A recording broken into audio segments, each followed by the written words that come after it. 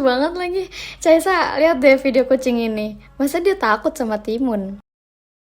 Kaf, aku ini lagi nyusun bab 2 loh. Kamu ini dari tadi cuma geser-geser TikTok aja terus. Mana suaranya kenceng banget lagi. Jujur ngeganggu aku banget. Ih, apa sih? Aku kan lagi istirahat, Caisa.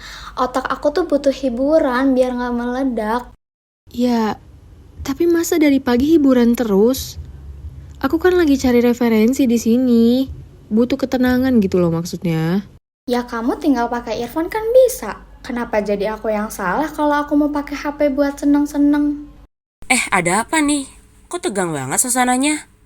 Udah, mending bantuin aku pilih filter foto buat aku upload ke Instagram nih. Datang lagi aja nih satu orang yang kerjanya cuma mikirin feed saya terus.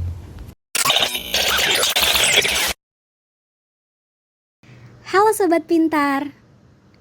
Wah, sepertinya suasana di kampus lagi agak panas ya. Ada yang lagi serius belajar, ada yang lagi asyik cari hiburan, dan ada juga yang sibuk dengan citra dirinya di media sosial.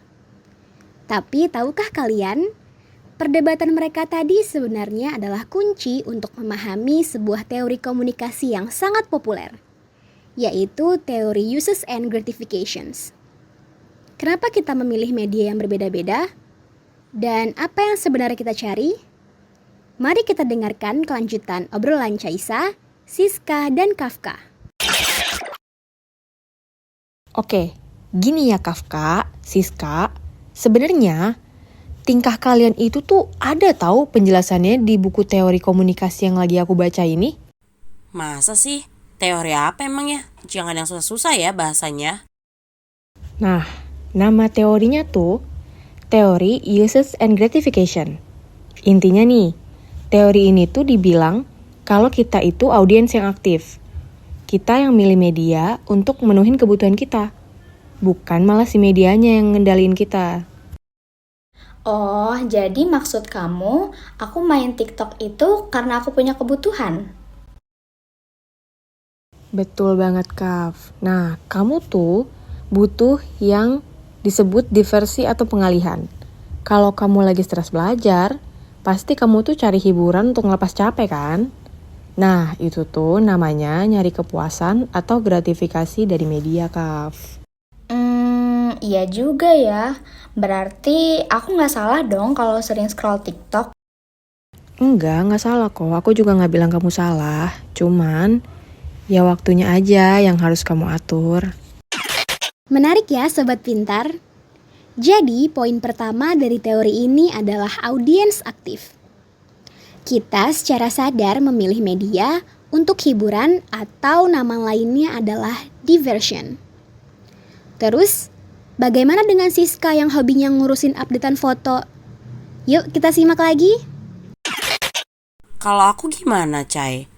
Aku kan gak cuma nonton video aja, tapi aku juga rajin upload konten biar orang tahu kegiatanku. Itu masuk kebutuhan yang mana ya?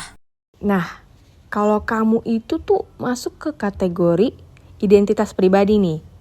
Kamu tuh ngegunain media untuk ngeperkuat nilai-nilai kamu. Kayak cari referensi perilaku atau bahkan nyari dukungan atas pendapat kamu. Intinya nih, kamu pengen orang-orang tuh ngeliat siapa tuh kamu sebenarnya gitu. Oh, berarti kalau aku sering komentar di grup komunitas pecinta kucing, itu beda lagi ya? Iya, Kaf. Nah, itu tuh namanya hubungan sosial. Kamu pakai media untuk ngerasa punya temen atau bagian dari sebuah kelompok. Ih, keren. Ternyata dalam banget ya teorinya. Aku pikir aku cuma sekedar post foto.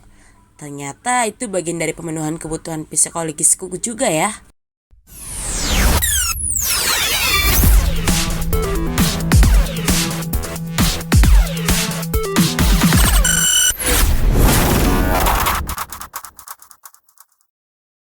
Terus, kalau kamu sendiri apa, Caisa? Dari tadi kan kamu serius banget tuh baca jurnal di YouTube dan portal berita. Nah, kalau aku pribadi, aku tuh nyari kebutuhan kognitif. Aku butuh informasi, pengetahuan, dan pemahaman tentang tugas kuliah aku nih. Jadi, meskipun kita bertiga pakai internet yang sama, pasti tujuannya beda-beda. Tapi Caisa, emangnya salah ya kalau aku cuma mau cari ketawa doang? Hidup udah capek banget tahu. Nggak salah, Kaf. Justru teori ini tuh bilang itu wajar. Cuman masalahnya, kalau porsinya ini nggak seimbang, nah kamu bisa kehilangan informasi penting kayak jadwal ujian tadi. Berarti intinya setiap orang punya kepuasan masing-masing untuk dicapai ya? Betul banget sis, itu kenapa judulnya teori uses atau penggunaan dan gratification atau kepuasan. Jadilah teori uses and gratifications. Karena nih, kita itu kan menggunakan media untuk ngedapetin kepuasan. Oh alah, jadi istilahnya kita ini konsumen yang punya kuasa ya. Aku pikir selama ini kita cuma jadi korban algoritma aja yang dipaksa nonton apa yang lewat di beranda. Nah, itu poin menariknya, Kaf. Meskipun algoritma ini ngasih rekomendasi, keputusan untuk tetap nonton sama swipe itu kan tetap ada di tangan kita. Itu tuh yang disebut audience aktif. Nah, kita milih media karena kita ngerasa ada imbalannya nih. Atau kayak kepuasan yang kita dapat. Coba deh bayangin kalau misalnya tuh media sosial isinya cuma penggunaan kaku semua. Atau pengumuman kaku. Nah, kamu tuh pasti nggak bakal betah kan lama-lama buka sosial media. Sama halnya kayak aku pakai Instagram tadi. Aku sadar kalau aku lagi butuh interaksi, makanya aku posting foto. Aku pengen ngerasa terhubung sama teman-teman aku. Jadi gratifikasinya bukan cuma informasi, tapi juga perasaan. Aku bagian dari mereka. Tapi Cai, ada nggak sih resikonya kalau misalkan kita itu terlalu fokus nyari satu kepuasan aja? Kayak aku nih, keterusan cari hiburan, sampai lupa sama tugas. Kalau itu gimana? Itu dia tantangannya.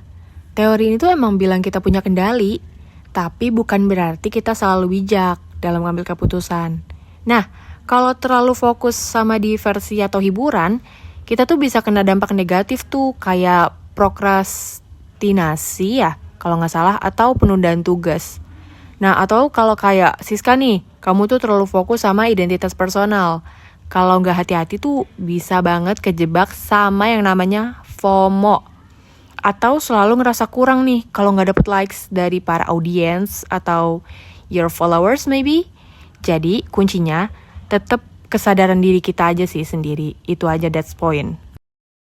Wah, benar juga ya. Berarti kita harus mulai pintar-pintar nanya ke diri kita sendiri setiap kali kita buka HP. Kayak, aku buka ini buat apa ya? Gitu kan?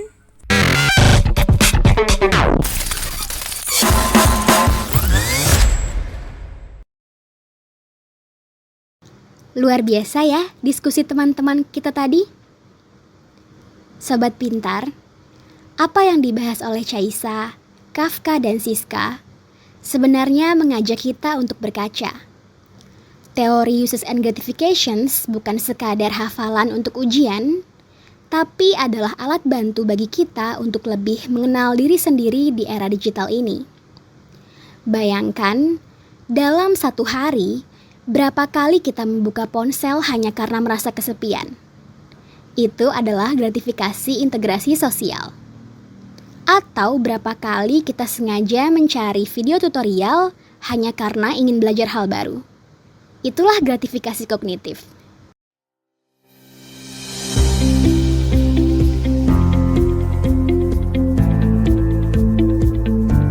Namun, seperti yang Caisa bilang tadi, menjadi audiens aktif menuntut tanggung jawab yang sangat besar. Di tengah derasnya arus informasi dan algoritma yang sangat pintar membaca keinginan kita, satu-satunya benteng pertahanan kita adalah kesadaran. Jangan sampai media yang seharusnya kita gunakan untuk kepuasan malah berbalik menggunakan waktu dan fokus kita. Sobat Pintar, sebelum kita mengakhiri perjumpaan kali ini, coba deh ambil ponsel kalian sebentar dan lihat aplikasi apa yang paling sering kalian buka hari ini. Lalu tanyakan, kepuasan apa yang sebenarnya kalian cari dari sana.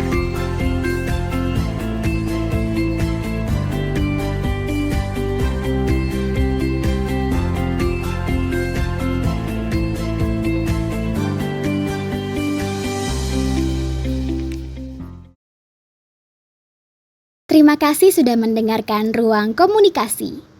Semoga pembahasan teori uses and gratifications kali ini bermanfaat untuk tugas dan pengetahuan kalian. Sampai jumpa di episode berikutnya. Salam Sobat Pintar.